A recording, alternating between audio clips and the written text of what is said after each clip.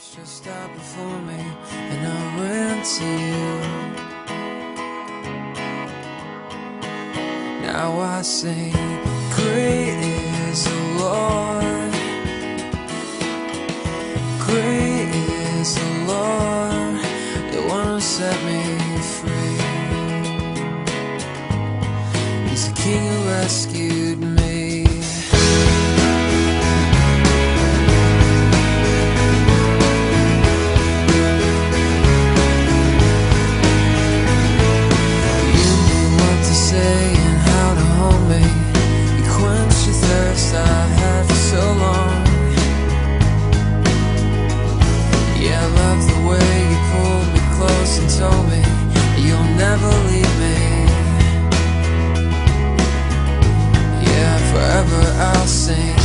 Great is the Lord. Yeah, I sing, great is the Lord, the one who set me free. You're the King who rescued me. प्रभु को स्तुति प्रशंसा करे, हम सब संजन मिलकर। इस प्रोग्राम की आशीष के लिए पास्टर कश्मीर मसीह खड़ा होकर प्रार्थना करें।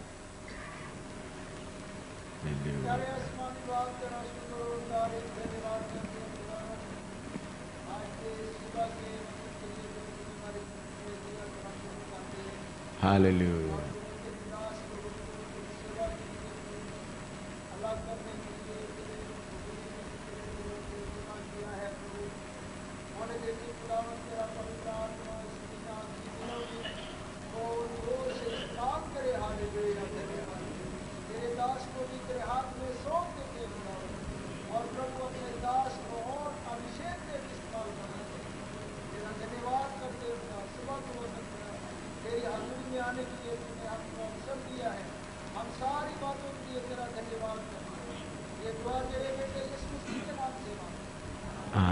आमीन।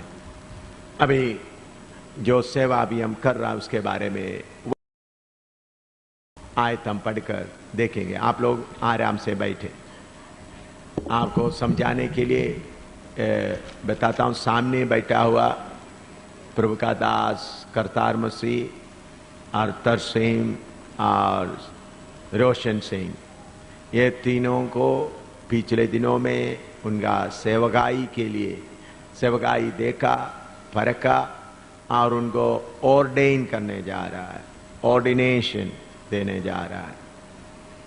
इसलिए उनका पत्नी भी उनका सेवा में मदद करना है, इसलिए उनको पत्नी को भी साथ बिठाया है। उसके पीछे दूसरा लाइन में अभी भी प्रभु का सेवा कर रहा है भाई सुरजीत, रवि और रमेश चंद्र। वो लोग प्रभु का सेवा कर रहा है, लेकिन अभी तक प्रभु की तरफ से कलीसिया से उनको सेवा सौंपा नहीं। उनको प्रभु की सेवा सौंपने जा रहा है ताकि उन लोग अधिकार के साथ प्रभु की सेवा करें। अभी तक उन्होंने जो कर रहा था ट्रेनिंग का एक हिस्सा में, जैसा प्रभु यीशु मसीह उनको जगह जगह में दो दो करके भेजा, उन लोग जाकर बीमारों को चंगा करते आएगा, वही हिस्सा इन लोग कर रहे थे। लेकिन आज के बाद ये आज उनके ऊपर हाथ रखकर अलग करने के बाद स्वर्ग का अधिकार के साथ उन लोग सेवा करेंगे। उसके पीछे 4 सिस्टर्स बैठे हैं। इन लोग ट्रेनिंग उनका खत्म हुआ। इन लोग ट्रेनिंग का मतलब पूरा ट्रेनिंग खत्म हुआ करके वचन पूरा सीखा करके नहीं बता सकते, बल्कि जितना जरूरी था उनको सिखाया। अभी उन लोग बहनों का सेवकाई, वचन के अनुसार बहन लोग कहां तक सेवा कर सकता है, वो सेवकाई का काम उनके हाथ में सौंपने जा रहा है। ये तीनों का जिम्मेवारी अलग अलग है। आगे ऑर्डिनेशन हो रहा है, उनका जिम्मेवारी और है, और उसके पीछे सेवकाई के लिए सौंपने वाला भाई लोगों का और है, और सिस्टर्स जो 4 बैठे हैं उनका भी जिम्मेवारी अलग है। ये बात सब वचन के द्वारा आपके सामने रखने के बाद फिर आगे ये सेवकाई इनके सिर पे प्रभु के बुजुर्ग, प्रभु के 4 सेवक लोग मेरे साथ मिलकर उनके सिर पर हाथ रखकर पिता पुत्र पवित्र आत्मा के नाम से इस सेवकाई के लिए उनको अलग करेंगे। आइए हम उस वचन से समझने के लिए प्रेरितों का काम 13 अध्याय उसका 1 से लेकर 3 तक पढ़ेंगे। प्रेरितों का काम 13 अध्याय उसका 1 से लेकर 3 तक। Acts chapter 13 verse 1 to 3 पढ़े, पंजाबी में और हिंदी में भी पढ़े। ਅੰਤਾਕਿਆ ਦੀ ਕਲੀਸਿਆ ਵਿੱਚ ਕਈ ਨਬੀ ਅਤੇ ਉਪਦੇਸ਼ਕ ਸਨ, ਅਰਥਾਤ ਬਰਨਾਬਾਸ ਔਰ ਸਿਮੋਨ ਜੋ ਨਿੰਗਰ ਕਹਾਉਂਦਾ ਹੈ, ਔਰ ਲੁਕਿਯੋਸ ਕਰੇਨੇ ਦਾ ਇੱਕ ਮਨੁੱਖ, ਅਤੇ ਮਨੇਨ ਜਿਹੜਾ ਰਾਜਾ ਹੈਰੋਦੀਸ ਦੇ ਨਾਲ ਪਲਿਆ ਸੀ, ਅਤੇ ਪਲੂਸ। ਜਾਂ ਇਹ ਪ੍ਰਭੂ ਦੀ ਉਪਾਸਨਾ ਕਰਦੇ ਅਤੇ ਵਰਤ ਰੱਖਦੇ ਸਨ, ਤਾਂ ਪਵਿੱਤਰ ਆਤਮਾ ਨੇ ਕਿਹਾ ਕਿ ਮੇਰੇ ਲਈ ਬਰਨਾਬਾਸ ਅਤੇ ਸੌਲਸ ਨੂੰ ਉਸ ਕੰਮ ਦੇ ਲਈ ਵੱਖਰਾ ਕਰੋ ਜਿਸ ਦੇ ਲਈ ਮੈਂ ਉਹਨਾਂ ਨੂੰ ਬੁਲਾਇਆ ਹੈ। ਤਦ ਉਹ ਵਰਤ ਰੱਖ ਕੇ ਅਤੇ ਪ੍ਰਾਰਥਨਾ ਕਰਕੇ ਉਹਨਾਂ ਉੱਤੇ ਹੱਥ ਧਰੇ ਅਤੇ ਉਹਨਾਂ ਨੂੰ ਵਿਦਿਆ ਕੀਤਾ। पढ़ो। अंताकिया की कलीसिया में कितने भविष्यद्वक्ता और उपदेशक थे, अर्थात बरनबास और शमौन जो नीगर कहलाता है, और लुकियुस कुरैनी और देश की चौथाई के राजा हेरोदेस का दूध भाई मनहेम और शाउल। जब वे उपवास सहित प्रभु की उपासना कर रहे थे तो पवित्र आत्मा ने कहा, मेरे निमित्त बरनबास और शाउल को उस काम के लिए अलग करो जिसके लिए मैंने उन्हें बुलाया है। तब उन्होंने उपवास और प्रार्थना करके और उन पर हाथ रखकर उन्हें विदा किया। इधर में हम देखते हैं अंताकिया कलीसिया में प्रभु के दास लोग प्रार्थना में उपवास में रह रहे थे। उस समय पवित्र आत्मा उनको बोल दिया, पौलुस को और बरनबास को जिस सेवकाई के लिए मैंने बुला लिया उनको अलग करो। ये घटना तकरीबन पौलुस उद्धार पाने के 14 साल के बाद हो रहा है। गलातियों की पत्री और बाकी प्रेरितों का वगैरह सब मिलाकर पढ़ने से पौलुस को हाथ रखकर अलग करने का काम तकरीबन कितने साल के बाद हो रहा है? 14 साल। शायद आपको शक होगा तो गलातियों की पत्री निकालें। शायद आप लोग सोचेंगे कब कैसा है, हमने अभी नया सुन रहा है। कुछ लोगों का मन में ऐसा भी सवाल आ सकते हैं। गलाती 2 का 1 पढ़िएगा। तद 14 ਵਰਿਆਂ ਦੇ ਪਿੱਛੋਂ ਮੈਂ ਬਰਨਾਬਾਸ ਸਣੇ ਯਰੂਸ਼ਲਮ ਨੂੰ ਫਿਰ ਗਿਆ ਅਤੇ ਤੀਤਸ ਨੂੰ ਵੀ ਨਾਲ ਲੈ ਗਿਆ ਅਤੇ ਮੇਰਾ ਜਾਣਾ प्रकाश बाणी ਦੇ अनुसार थी। बस हाँ पढ़ो। 14 वर्ष के बाद मैं बरनबास के साथ फिर यरूशलेम को गया और तीतुस को भी साथ ले गया। हाँ। और मेरा जाना ईश्वरीय प्रकाश के अनुसार हुआ। हाँ, और उसका 9वां आयत पढ़ो, 2 का 9। ਅਤੇ ਜਾਂ ਉਹਨਾਂ ਉਸ ਕਿਰਪਾ ਨੂੰ ਜਿਹੜੀ ਮੇਰੇ ਉੱਤੇ ਹੋਈ ਜਾਣ ਲਿਆ ਤਾਂ ਯਕੂਬ ਅਤੇ ਕਿਫਾਸ ਅਤੇ ਯਹੂਨਾ ਨੇ ਜਿਹੜੇ ਕਲੀਸਿਆ ਦੇ ਥੰਮ ਆਖੀਦੇ ਹਨ ਮੇਰੇ ਨਾਲ ਅਤੇ ਬਰਨਾਬਾਸ ਨਾਲ ਸਾਂਝ ਦੇ ਹੱਥ ਮਿਲਾਏ। और जब उन्होंने उस अनुग्रह को जो मुझे मिला था जान लिया तो याकूब और कैफा और यूहन्ना ने जो कलीसिया के खंबे समझे जाते थे मुझको और बरनबास को दाहिना हाथ देकर संग कर लिया कि हम अन्य जातियों के पास जाएं। And when James, बस ठीक है, and when James and Cephas and John, who seemed to be pillars, perceived the grace that was given unto me, they gave to me and Barnabas the right hands of fellowship, that we should go unto heathen. And verse 1, then 14 years after I went up again to Jerusalem. हम पौलुस का जीवन पढ़ते समय में पौलुस जब उद्धार पाया एकदम उसी समय उन्होंने दमास्कस में प्रचार शुरू किया, लेकिन वातावरण ऐसा बना रात को उनको टोकरी में से उधर निकालना पड़ा, टोकरी के जरिए से। फिर उन्हें यरूशलेम में गए, उनको उधर स्वीकार नहीं किया, उन्होंने आता जाता रहा, अंत्योक्या में जाकर रहा, उधर 14 साल तक प्रभु के कदमों पर चुपचाप बैठकर सीखते उधर के बुजुर्गों के अधीन में रहा। ऐसा अधीन में रहते समय में पवित्र आत्मा उनको बोल दिया, जिस सेवा के लिए मैंने उनको बुलाया है उनको अलग कर। आजकल एक गॉस्पेल बिजनेस वाला बीच में आने के कारण थोड़ा सा भी गीत गाने वाला आया है या थोड़ा सा वचन का थोड़ा प्रचार करने आया है, उनको एकदम पास्टर बना देते हैं। ये प्रभु का वचन के अनुसार नहीं है, बल्कि अपना बिजनेस के लिए। उनको पास्टर ज्यादा होगा तो आमदनी ज्यादा होगा, ये व्यापार चल रहा है।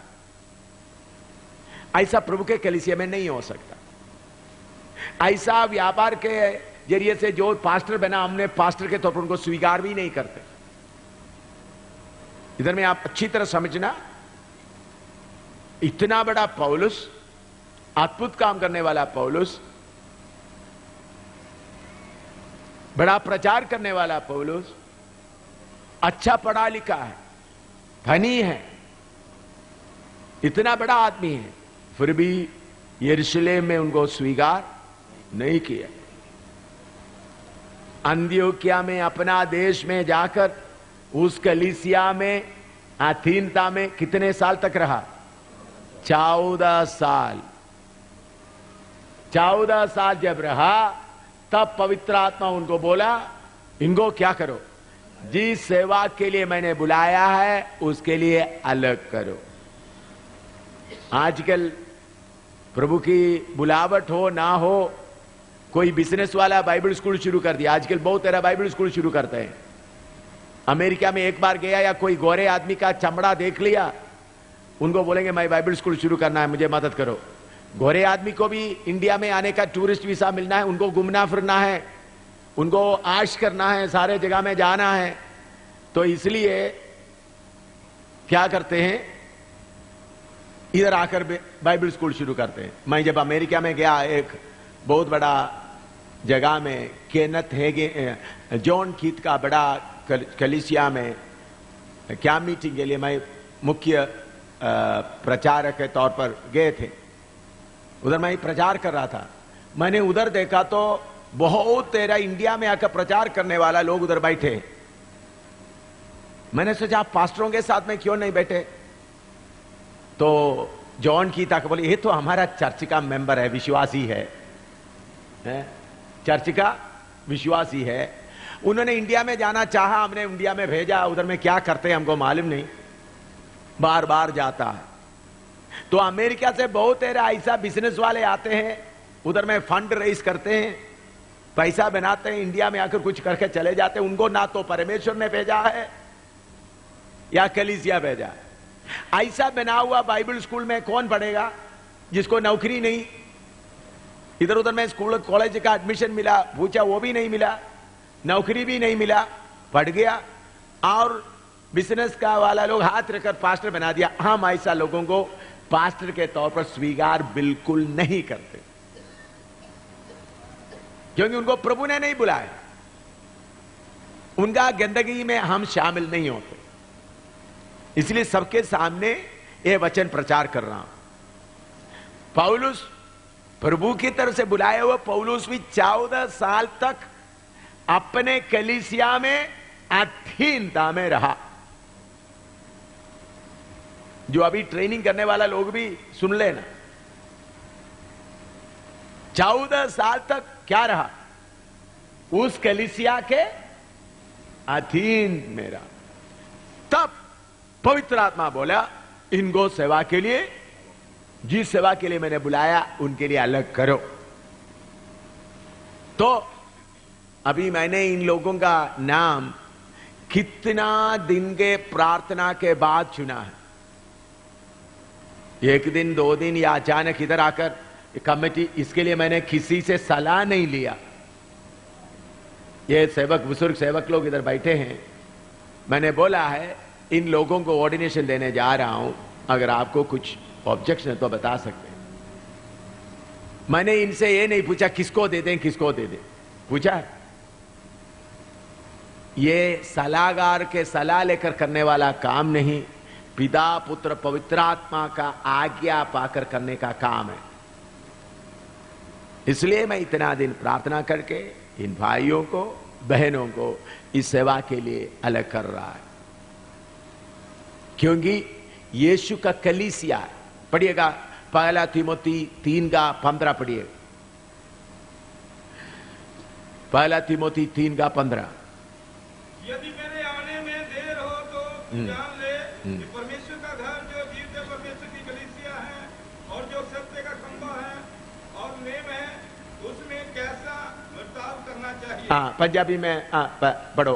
एक भाई बार जे मैनू को चिर लग जावे ਤਾਂ ਤੂੰ ਜਾਣ ਲਵੇਂ ਜੋ ਪਰਮੇਸ਼ਰ ਦੇ ਘਰ ਵਿੱਚ ਜਿਹੜਾ ਪਰਮੇਸ਼ਰ ਦੀ ਕਲੀਸਿਆ ਅਤੇ ਸੱਚਾਈ ਦਾ ਥੰਮ ਅਤੇ ਨੀਂਹ ਹੈ, किस प्रकार वर्तना चाहिए है। देखिए पौलुस तीमुथियुस को लिख रहा है परमेश्वर का घर उस कलीसिया में कैसा बर्ताव करना चाहिए।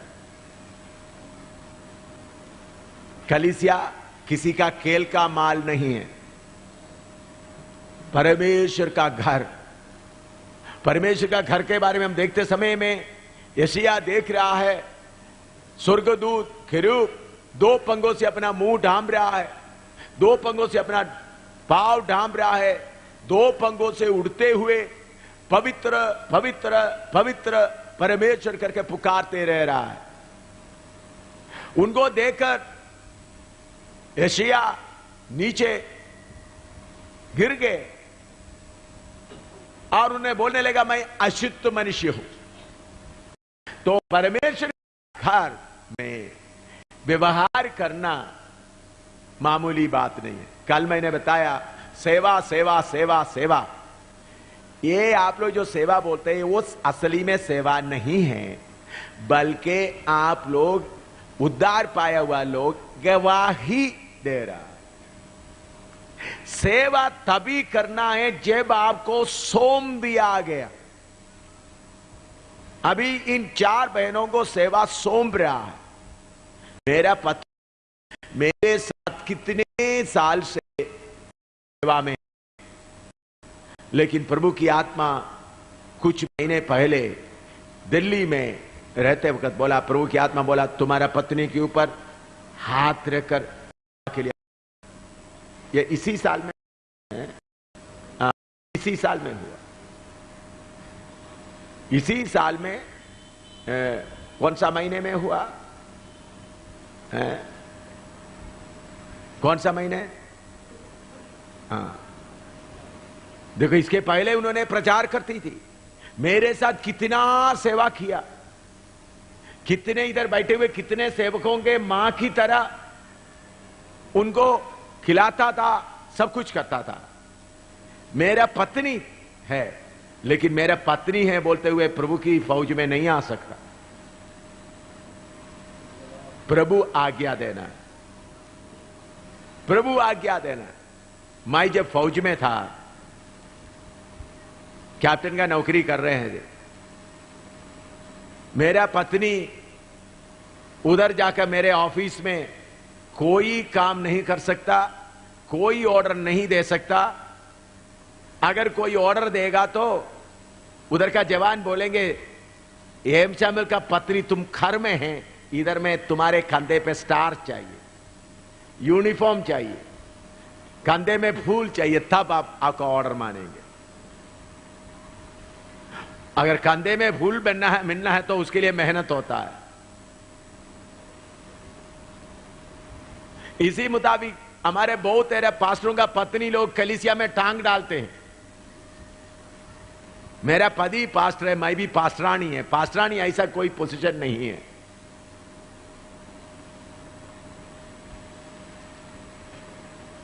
प्रभु की सेवा सौंपने के बिना कोई जबरदस्ती नहीं लेना।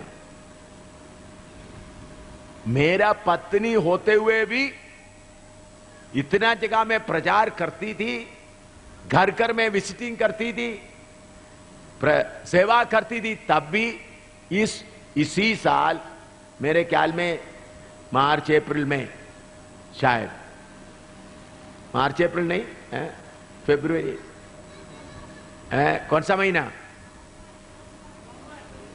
नवंबर में पिछले साल ना, माफ करना, पिछले साल नवंबर में, ज्यादा देर नहीं हुआ, 1 साल नहीं हुआ अभी तक। मैं बोलने का मतलब है अभी तक क्या नहीं हुआ, 1 साल नवंबर में दिल्ली में पवित्र आत्मा मुझे बताया तुम्हारा पत्नी को हाथ रखकर सेवा के लिए अलग करो। तब मैं कलीसियाओं के इकट्ठा बुलाया, कलीसियाओं के सामने उनके लिए प्रार्थना करके अलग किया। मैं क्यों ये बात बता रहा हूं, परमेश्वर का कलीसिया में बर्ताव करना मामूली बात नहीं है, जो कोई भी आकर उसमें नहीं कर सकता है। आगे नीचे इस्राएलियों के बीच में कैसा करता उसके बारे में बताते समय आपको मालूम होगा।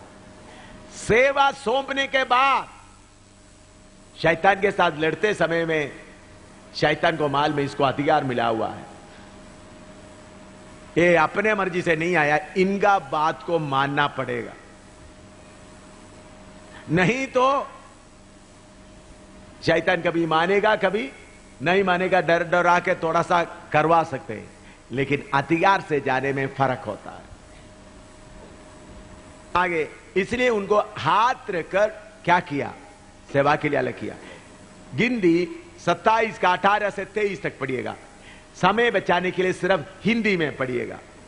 गिनती 27 का 18 से 23 तक, गिनती 27, नंबर्स 27, 18 to 23। हाँ, समय बचाने के लिए हिंदी में पढ़िएगा। 27 चैप्टर, हाँ 18 to 23। 18 to 23। हाँ, आंगन की लंबाई 100 हाथ की, नहीं, माफ करना, 17 होगा।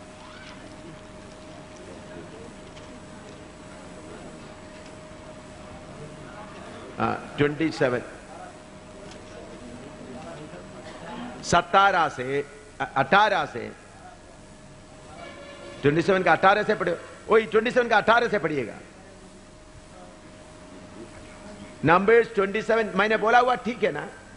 हाँ 18 से। हाँ, यहोवा ने मूसा से कहा, तू नून के पुत्र यहोशू को लेकर हाँ। उस पर हाथ रख, वह तो ऐसा पुरुष है जिसमें मेरा आत्मा बसा है, और उसको एलिआजर याजक के और सारी मंडली के सामने खड़ा करके उनके सामने उसे आज्ञा दे, और अपनी महिमा में से कुछ उसे दे, जिससे इजराइलियों की सारी मंडली उसकी माना करे, और वह एलिआजर याजक के सामने खड़ा हुआ करे, और एलिआजर उसके लिए यहोवा से उरीम की आज्ञा पूछा करे, और वह इजराइलियों की सारी मंडली समेत उसके कहने से जाया करे, और उसी के कहने से लौट भी आया करे।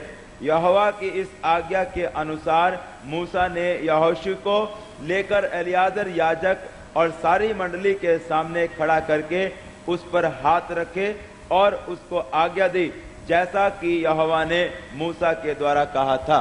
इधर में मूसा के साथ सेवा करने वाला यहोशू, वो इस्राएल के बीच में बड़ा जनरल था।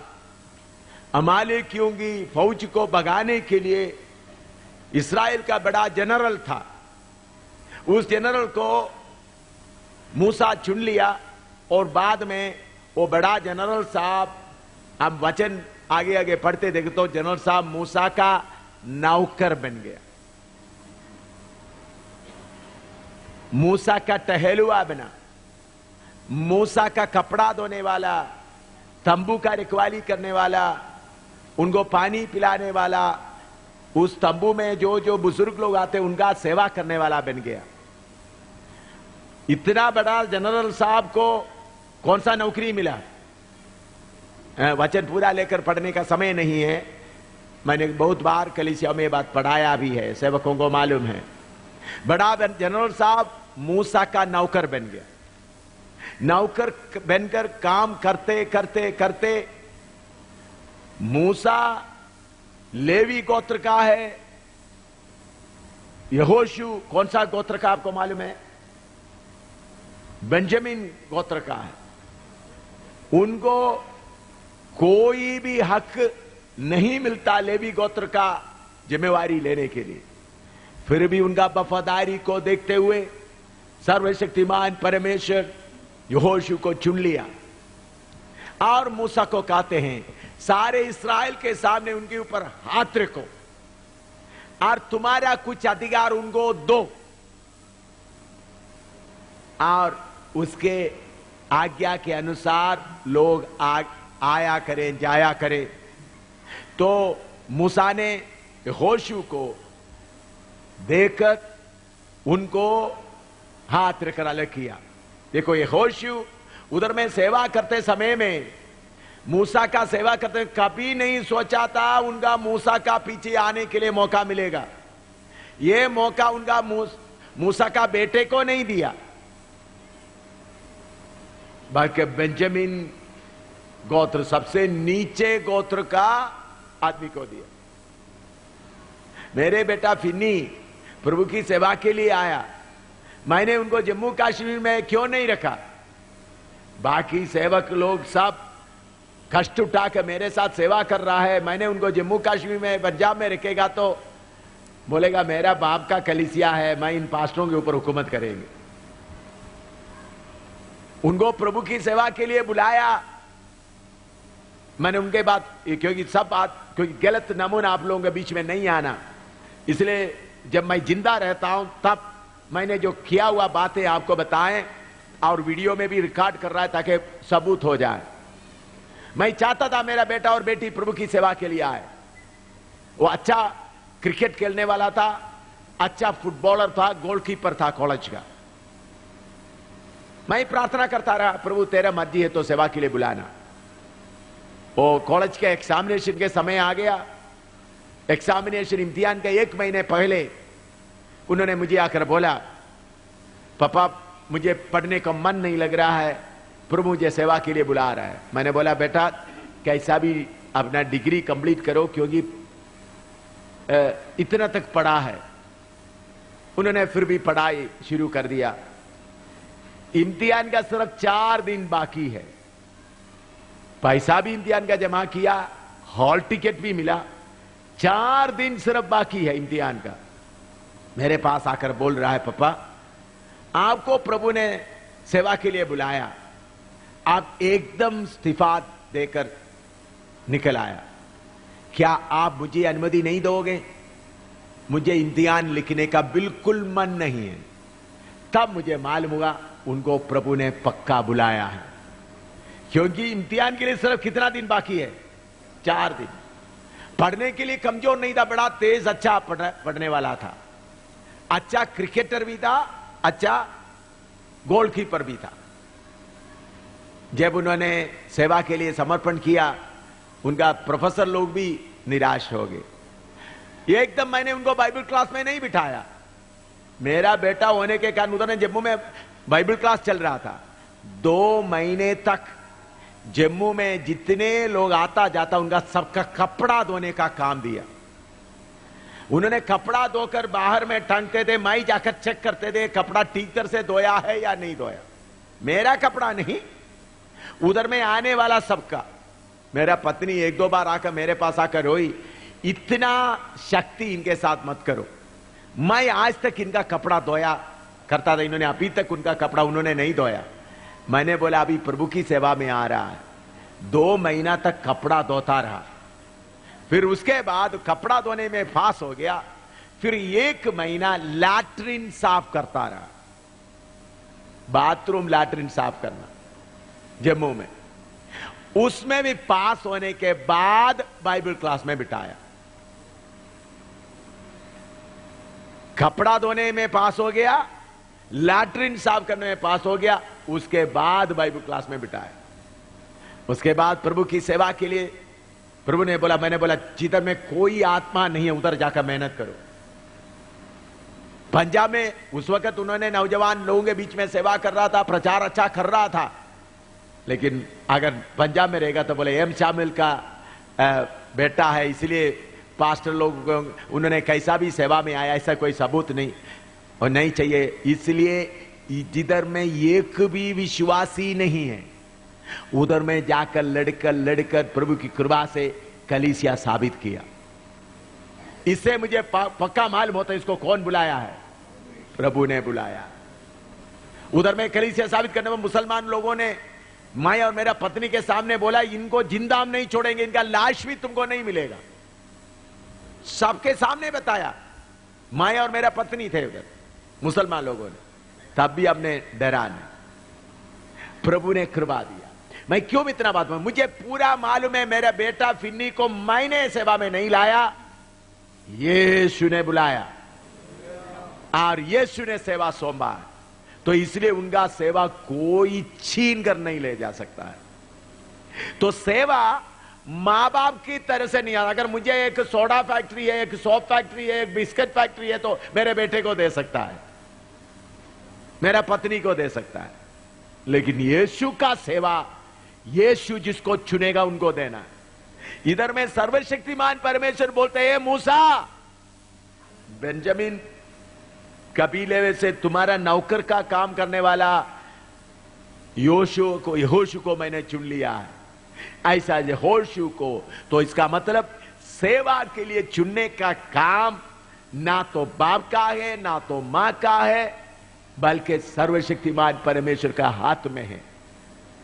मेरे बेटे इसी मुताबिक, उनको अमेरिका में जाने के लिए, अमेरिका में अलाबामा यूनिवर्सिटी में पढ़ने के लिए बहुत तैयारी हो रहा है।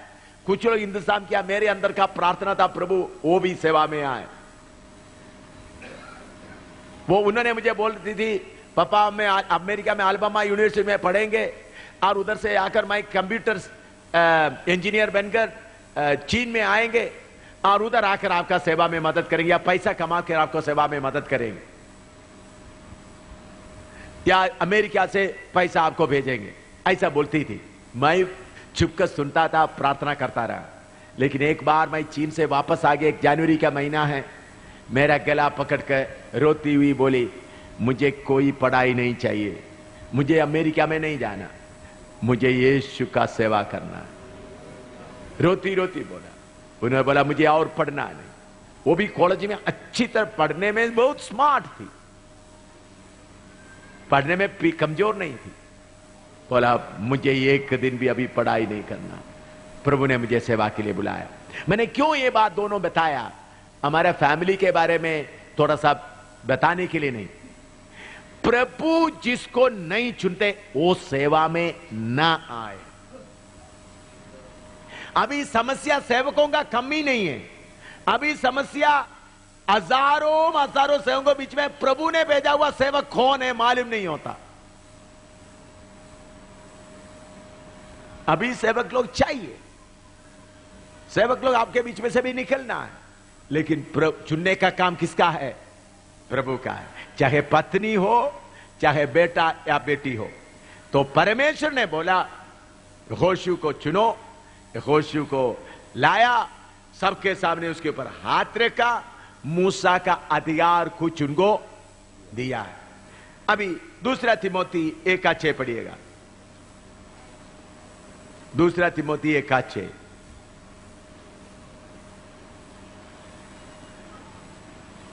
इसी कारण मैं तुझे शुद्धि दिलाता हूं कि तू परमेश्वर के उस वरदान को जो मेरे हाथ रखने के द्वारा मिला है चमका दे।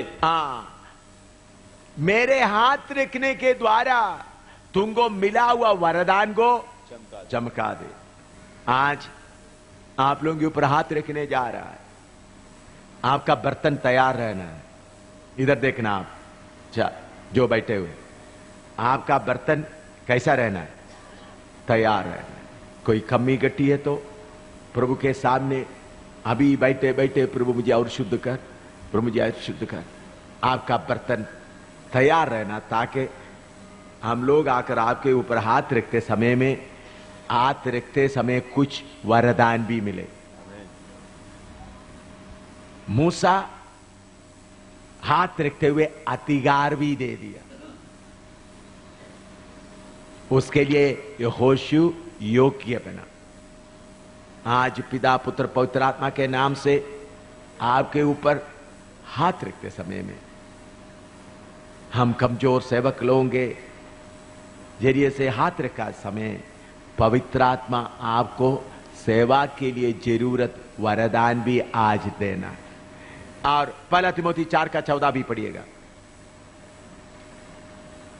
पहला तिमोथी 4:14। उस वरदान से जो तुझ में है और भविष्यवाणी के द्वारा प्राचीनों के हाथ रखते समय तुझे मिला था, निश्चिंत मत रह। हाँ, पंजाबी में भी वो पढ़े थोड़ा सा। हाँ, तू उस दात दी बेपरवाही ना कर जो तेरे विच है, ਜਿਹੜੀ ਗੰਮ ਵਾਕਾਂ ਦੇ ਰਾਹੀਂ ਪਹਿਰਾਂ ਦੇ ਹੱਥ ਰੱਖਣ ਦੇ ਲਈ ਹੱਥ ਰੱਖਣ ਨਾਲ ਤੈਨੂੰ ਦਿੱਤੀ ਗਈ। हाँ,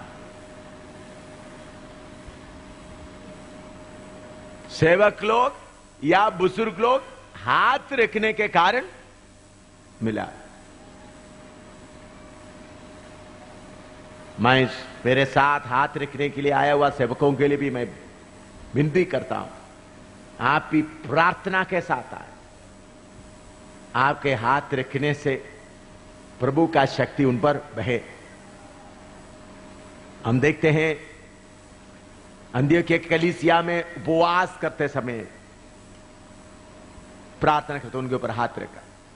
मैं कल रात को प्रचार किया, प्रचार करके थक गया। प्रचार करके थकने के कारण रात को मैं कुछ नहीं खाया, फिर भी आज सुबह अभी तक कुछ नहीं खाया, उपवास के साथ आया। कल प्रचार करके थका हुआ था, भूख इतना थकने के कारण खा नहीं सका, तो अच्छा होता रात का। कल भी मैं परसों भी मैं रात को नहीं खाया, सुबेरे ब्रेकफास्ट खाता। आज भी मैंने बोला मुझे ब्रेकफास्ट नहीं बनाना या ब्रेकफास्ट नहीं लाना, उपवास के साथ आया है ताकि प्रार्थना करते समय में प्रभु का, हमारे अंदर का शक्ति नहीं, प्रभु का पवित्र आत्मा का द्वारा जो वरदान आपको मिलना है उसके लिए कोई रुकावट ना रहे। मैं तैयार होकर आया है, आप भी तैयार रहे।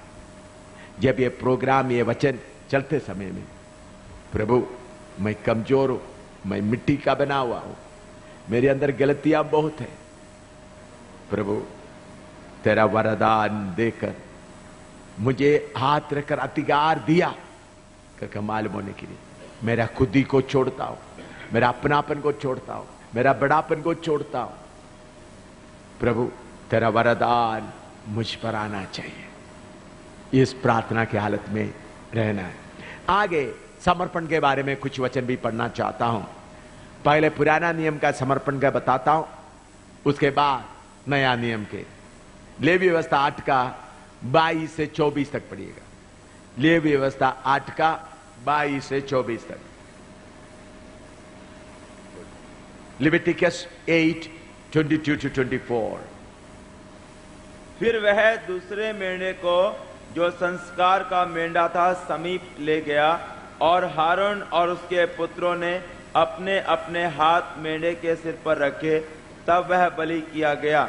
और मूसा ने उसके लहू में से कुछ लेकर हारून के दाहिने कान के सिरे पर और उसके दाहिने हाथ और दाहिने पांव के अंगूठों पर लगाया।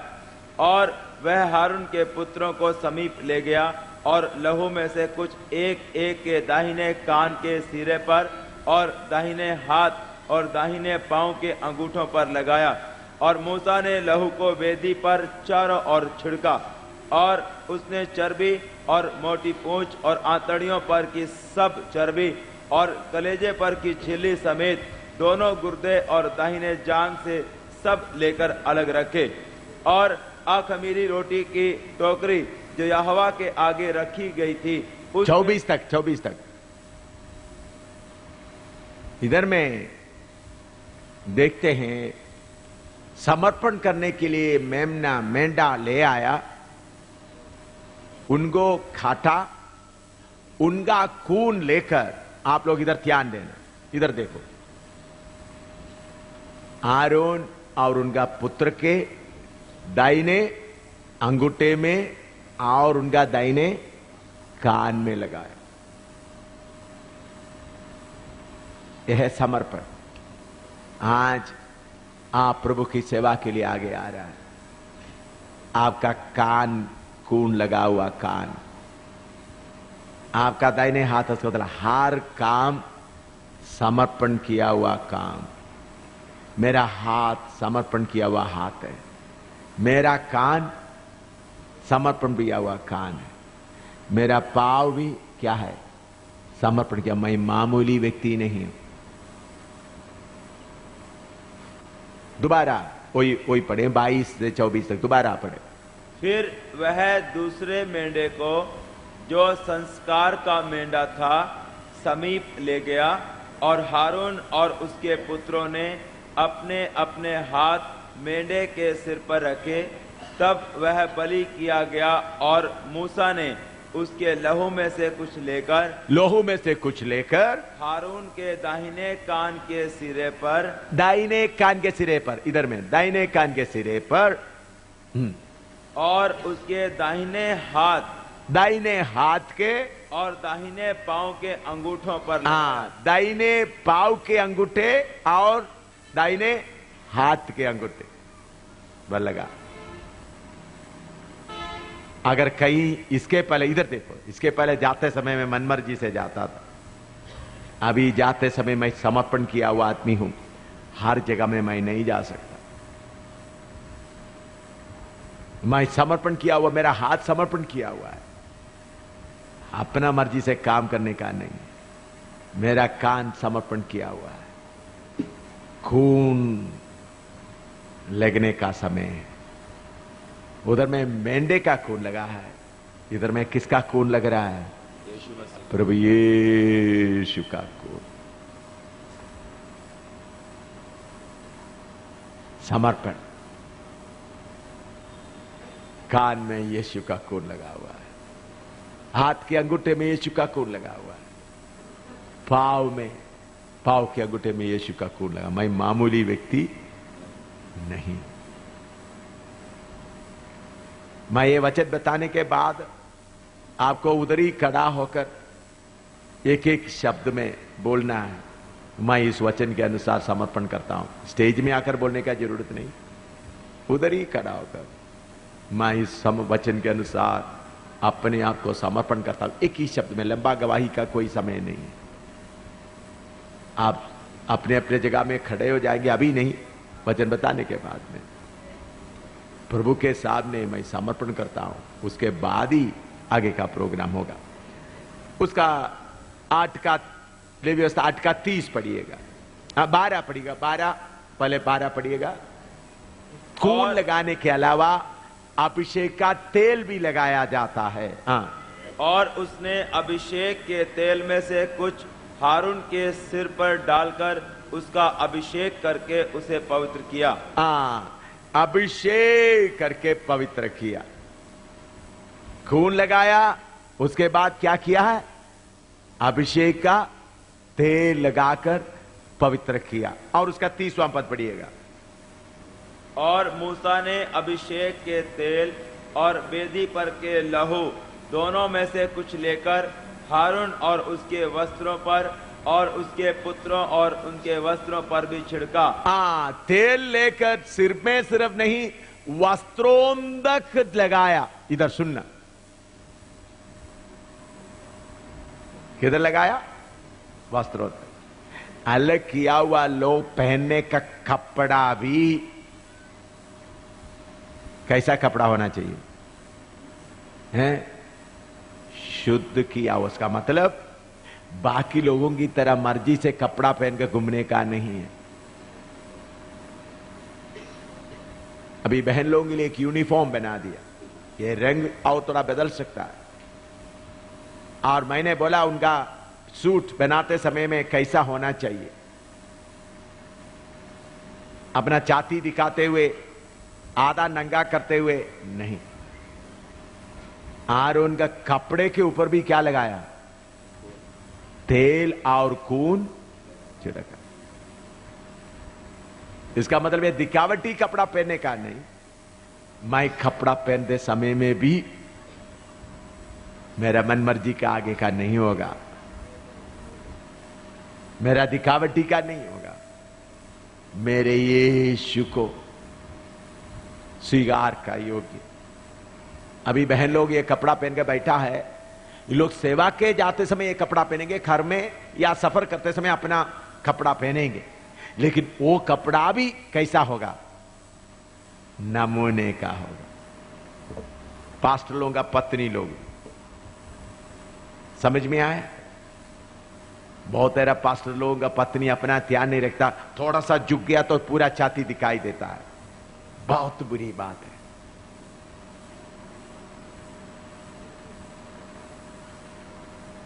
बहुत बुरी बात है। अपने आप को तो समर्पण, पुराना नियम में इतना है तो नया नियम में का स्टैंडर्ड इससे कम है या उससे ऊंचा है? पुराना नियम में प्रभु कभी भी नहीं बोला तुम्हारा शरीर के द्वारा मेरा महिमा दो। नया नियम में बोला तुम्हारा शरीर के द्वारा मुझे महिमा दो। क्यों? प्रभु यीशु ने अपना शरीर पूरा हमारे लिए दे दिया। समझ में आ रहे हैं आप लोगों को? हाँ। और 8 का 33 से 36 तक पढ़िएगा। और जब तक तुम्हारे संस्कार के दिन पूरे ना हो, हाँ। तब तक अर्थात 7 दिन तक मिलाप वाले तंबू के द्वार के बाहर ना जाना। हाँ। क्योंकि वह 7 दिन तक तुम्हारा संस्कार करता रहेगा। हाँ। जिस प्रकार आज किया गया है वैसा ही करने की आज्ञा यहोवा ने दी है, जिससे तुम्हारा प्रायश्चित किया जाए। इसलिए तुम मिलाप वाले तंबू के द्वार पर 7 दिन तक रात दिन ठहरे रहना। हाँ। और यहोवा की आज्ञा को मानना, ताकि तुम मर ना जाओ, क्योंकि ऐसी ही आज्ञा मुझे दी गई है। तब यहोवा की इन्हीं सब आज्ञाओं के अनुसार जो उसने मूसा के द्वारा दी थी, हारून और उसके पुत्रों ने उनका पालन किया। इधर सुनना। अभिषेक का तेल लगाने के बाद उनको बोला 7 दिन तक मंदिर से बाहर नहीं जाना। 7 दिन का 7 का मतलब है परफेक्ट नंबर। इसका मतलब जिंदगी भर का। इस सेवा में आज हाथ रखकर आपको अलग करने के बाद जिंदगी भर मोड़ कर जाने का कोई मौका नहीं। इसका मतलब यह नहीं अभी 4 बहनें पीछे बैठे हैं, इनका शादी नहीं हुआ, इनको शादी नहीं कर सकते, ऐसा नहीं। इनको शादी कर सकता है, लेकिन शादी करेगा तो ही किसके साथ शादी करना पड़ेगा? सेवा, यीशु का सेवा करने वाले के साथ ही शादी कर सकता है। शादी करना कोई गुनाह नहीं है। हानूक भी पुत्र बेटे बेटियों के साथ रहते समय भी 300 साल किसके साथ चलता रहा? परमेश्वर के साथ चलता रहा। शादी इसके लिए रुकावट नहीं, लेकिन आप जिसके साथ शादी करेगा वो कौन होना चाहिए? यहोवा का मंदिर में या यहोवा के कलीसिया में सेवा करने वाला होना चाहिए। अगर सेवा करने वाला नहीं मिला तो आपको अकेला जिंदगी पूरा रहने का समर्पण भी होना चाहिए।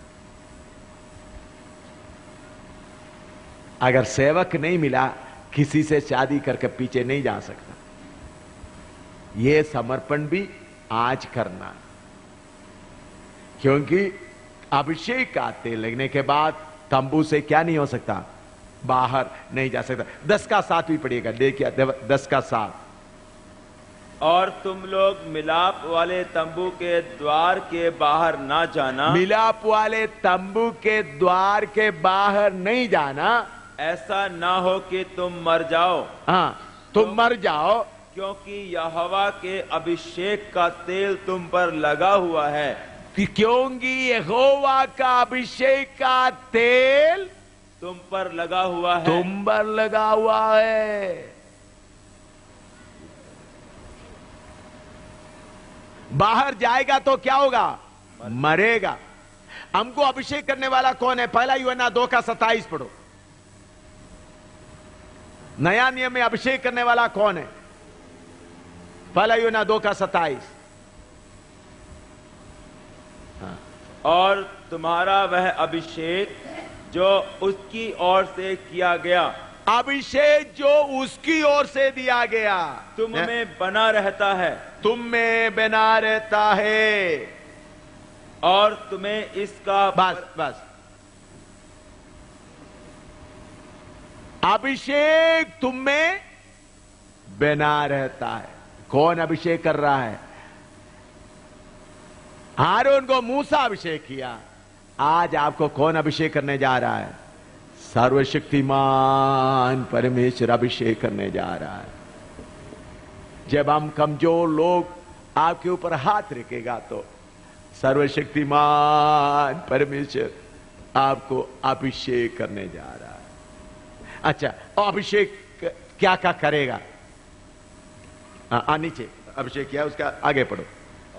पहला यूहन्ना हाँ 27 का। हाँ, और तुम्हें इसका प्रयोजन नहीं कि कोई तुम्हें सिखाए, हाँ, परंतु जैसे वह अभिषेक जो उसकी ओर से किया गया तुम्हें सब बातें सिखाता है। हाँ, देखिए इसका मतलब कुछ लोग ये बात बोलते हैं अभिषेक है तो फिर कोई वचन सीखने का जरूरत नहीं। इधर में उस वचन को अच्छी तरह पढ़ेगा तो यूहन्ना के जरिए से तैयार किया हुआ सेवक और विश्वासी लोगों को यूहन्ना लिख रहा है। उनके कलीसिया में और कुछ लोग आकर कुछ तरह तरह की बातें सिखाना शुरू किया। तब उन्होंने बोला जो अभिषेक तुझ में है वो तुमको सिखाएगा। ये कैसा है? यूहन्ना 14 का 25 और 26 पढ़िएगा। यूहन्ना 14 का 25 और 26। ये बातें मैंने तुम्हारे साथ रहते हुए तुमसे कही, हाँ, परंतु सहायक अर्थात पवित्र आत्मा, हाँ, जिसे पिता मेरे नाम से भेजेगा वह तुम्हें सब बातें सिखाएगा और जो कुछ मैंने तुमसे कहा है वह सब तुम्हें स्मरण कराएगा। हाँ, प्रभु यीशु कहता है पवित्र आत्मा आएगा और सब बातें तुम्हें सिखाएगा और स्मरण दिलाएगा। अभी इसका मतलब बाइबल स्कूल में नहीं पढ़ना करके नहीं है, सीखना है, सिखाने का योग्य बनना है। तो आज जो अभिषेक आपके ऊपर बने रहेगा आपको बहुत बातें सिखाएगा। तो अभिषेक का तेल आपके ऊपर होने के कारण ये सेवा छोड़कर आप और कहीं नहीं जा सकते। समझ में आया? ये सेवा छोड़कर डॉक्टर बनने के लिए, इंजीनियर बनने के लिए और किसी काम के लिए नहीं जा सकते। तो आप बोलते हैं तो अपना हाथ से मेहनत करो, बिस्किट बनाओ या पेंटिंग करो या प्रिंटिंग करो या शू पॉलिश करो। इधर देखो, ये सब सेवा का हिस्सा है। पहले आप कोई काम करते तो अपना पत्नी बच्चों के लिए कमाकर जमा करने के लिए थे। अभी आपको पौलुस की तरह अपने हाथ से मेहनत करने के लिए बोल रहा हूं। वो भी क्या है? बोलो, सेवा का हिस्सा है। ये पार्ट टाइम वर्क नहीं है। आज सब अच्छी तरह समझ ले, सेवक लोग भी अच्छी तरह समझ ले। मैंने आप लोगों को बोला अपना पांव में खड़ा होने के लिए इधर उधर से भीख ना मांगते हुए, सपोर्ट के पीछे ना जाते हुए गेहूं काटो, चावल काटो या बोरी उठाओ या वेल्डर का काम करो, पेंटर का काम करो। वो क्या है? किसका हिस्सा है? सेवा के लिए। पहले किसके लिए सेवा नौकरी करते थे? अपने लिए, अपने बच्चों के लिए। फर्क समझ में आ रहा? तो से अभिषेक का तेल आपके ऊपर होने के कारण बाहर नहीं जाना, यह सेवा छोड़कर नहीं जाना। जाएगा तो आत्मिक तौर पर मर जाओगे।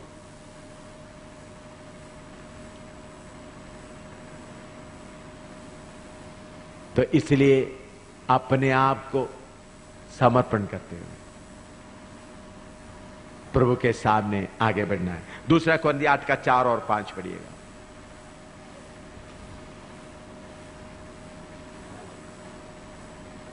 और इस दान में और पवित्र लोगों की सेवा में भागी होने के अनुग्रह के विषय में हमसे बार बार बहुत विनती की, और जैसी हमने आशा की थी, जैसा हमने आशा की थी वैसी ही नहीं, हाँ, वरन उन्होंने प्रभु को, फिर परमेश्वर की इच्छा से हमको भी अपने ताई दे दिया।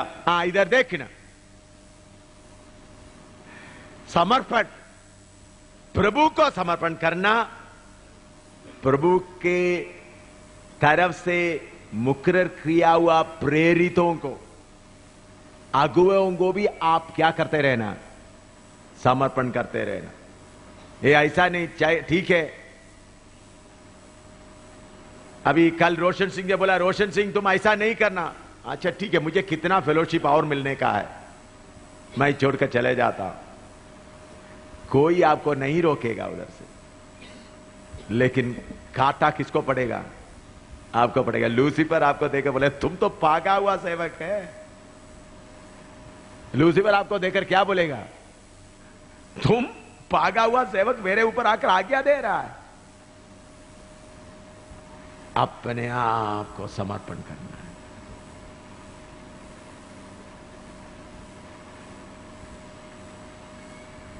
परमेश्वर के मर्जी के अनुसार उन्होंने किसको भी समर्पण किया, अपने आप को, हमको भी समर्पण किया।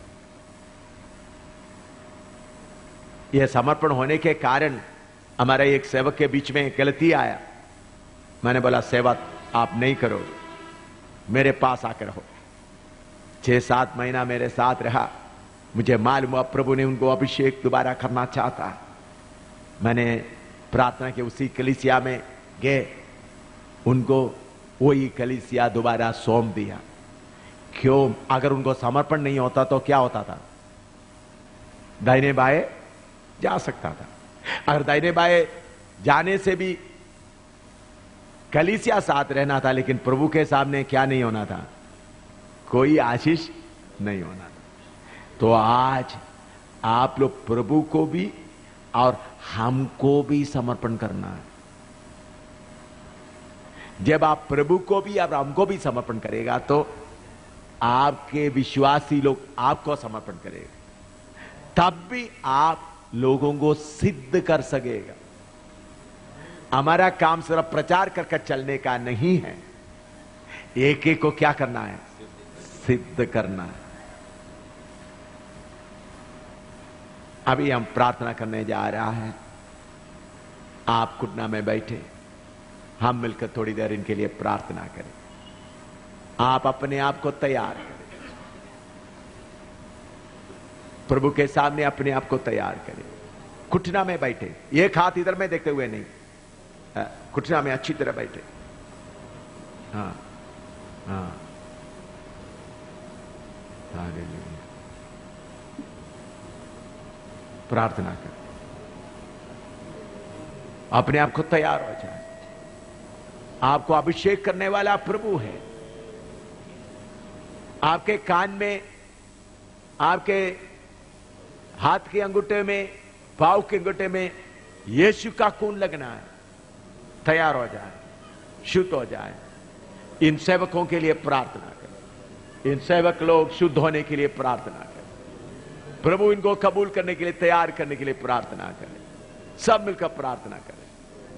Hallelujah, hallelujah, hallelujah, hallelujah, hallelujah, hallelujah, hallelujah, hallelujah. धन्यवाद हो प्रभु। Hallelujah, hallelujah.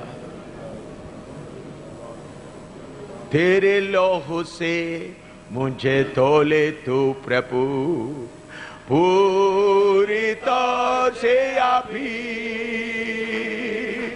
तेरे ही समान होने के लिए मेरे जीवन में काम कर तू प्रभु। तेरे ही समान होने के लिए मेरे जीवन में काम कर तू यीशु।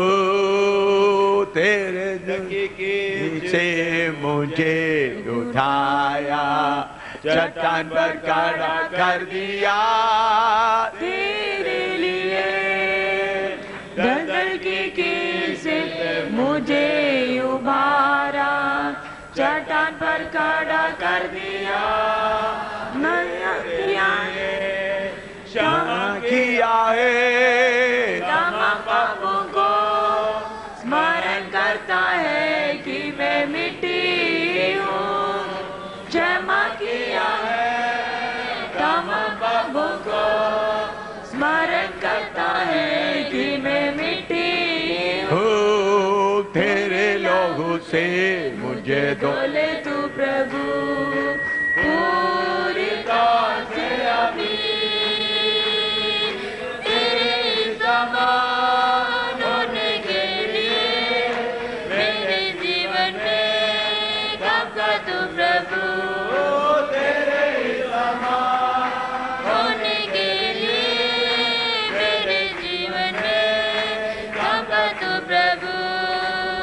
कलवरी पर बलिदान हुआ तू, दान और दाता है तू मेरे लिए। कलवरी पर बलिदान हुआ तू, दान दाता है तू। विश्वास में रहूंगा और तुझसे ज्यादा प्रेम करूंगा। विश्वास में स्थिर रहूंगा और तुझसे ज्यादा प्रेम करूंगा।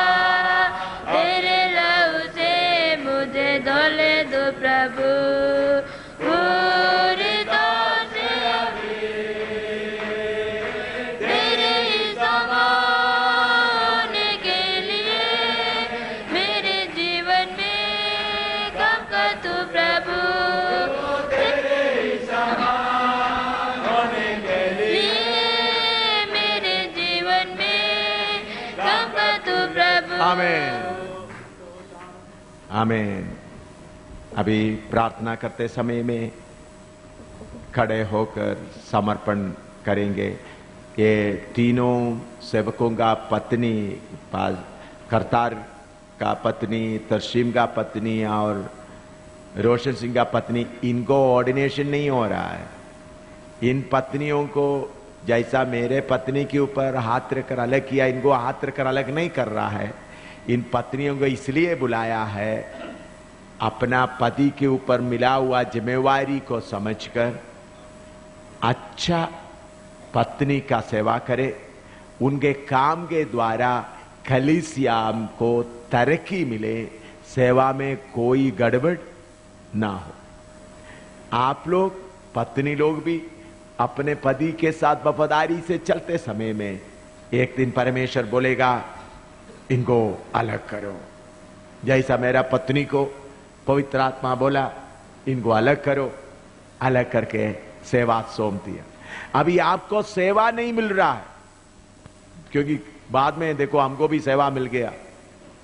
समझ गए? इधर देखो पत्नी लोग, इधर देख लो, मेरे सिर पे भी हाथ रखकर मुझे कलीसिया सौंप दिया। नहीं, घर का काम ही आपका है, लेकिन घर का काम भी करते समय में समझना मेरे पति अभिषिक्त प्रभु का दास है, उसके योग्यता के अनुसार मैं रहना। अभी आपको कलीसिया नहीं मिल रहा है, नहीं तो इधर से जाकर देखो मेरे सिर भी हाथ रख दिया है। मैं आपके ऊपर हाथ नहीं रखेंगे, मेरे साथ आए हुए सेवक लोग हाथ रखेंगे। आपको सेवा नहीं सौंप रहा है, सेवा कब सौंपेंगे? इसमें आप जब वफादारी दिखाएगा, प्रभु को वफादारी मालूम होगा तब समझ में आया। नहीं तो उल्टा आप करेगा तो फिर गड़बड़ होगा। प्रार्थना करें इस समय में, आप खड़े होकर अपना समर्पण, मैं वचन के अनुसार अपने आप को समर्पण करता हूं, ज्यादा कुछ भी बोलने का जरूरत नहीं। प्रार्थना करते रहे, तब खड़े होकर पहले फ्रंट लाइन वाला खड़े होकर बोले और उसके बाद दूसरा खड़े होकर बोलकर, एक ही लाइन बोलकर, हाँ सब प्रार्थना करते रहे। आमीन। हाँ, पत्नी खड़ा होकर बोले, हाँ मैं अपने आप को समर्पण करता। हाँ, हालेलुया। हाँ,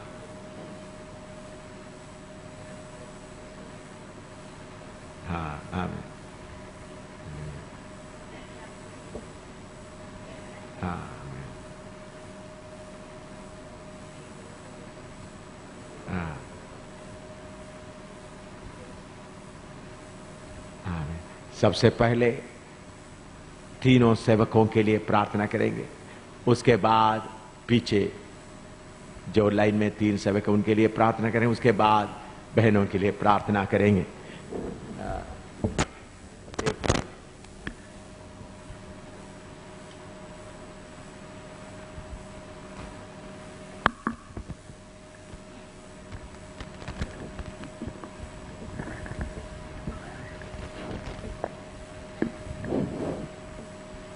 अभी आप तीनों इधर देखें, आपको कलीसिया का जिम्मेवारी सौंपने के पहले इस समय मेरे साथ सेवा करने वाला चारों सेवक खड़ा हो जाए, बाकी सेवा करने वाला सेवक लोग खड़ा रहे।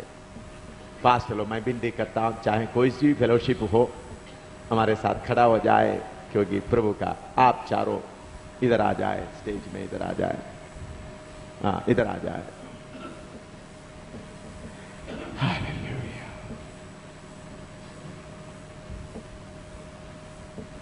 आप लोग तीनों इधर देखना, और मैं सवाल तीनों के लिए एक साथ पूछूंगा, आप एक एक के नाम लेते समय में जवाब देना। क्या आप इस वचन जो 66 किताब है, जिसको बाइबल कहते हैं या धर्मशास्त्र कहते हैं, क्या आप विश्वास करता है ये सर्वशक्तिमान परमेश्वर से मनुष्य के लिए दिया हुआ परमेश्वर का वचन है?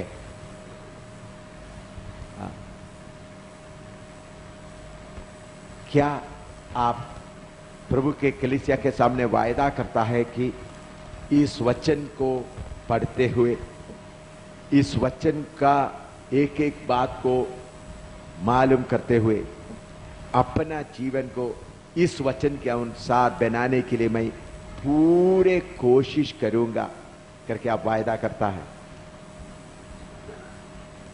तीसरा, जो भेड़ों को, जो विश्वासियों को आपके हाथ में प्रभु सौंपेगा, उन विश्वासियों को इस वचन से जीवन का वचन खिलाते हुए उनको सिद्ध करके प्रभु के सामने उपस्थित कराने का या पेश कराने का जिम्मेवारी लेने के लिए आप तैयार हैं?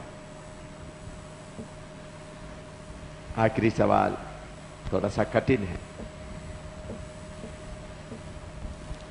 सरदार गल्लाबान चीफ शेपर्ड प्रभु यीशु मसीह अपना भेड़ों के लिए जान दिया, अगर जरूरत पड़ेगा तो अपने कलीसिया का भेड़ों को बचाने के लिए, उनके लिए जान देना पड़ेगा तो भी मैं तैयार हूं करके एक समर्पण आपके अंदर है। इनका समर्पण हमने सुना है, आइए हम इनके लिए प्रार्थना करें। प्रभु के दास लोग नीचे आए।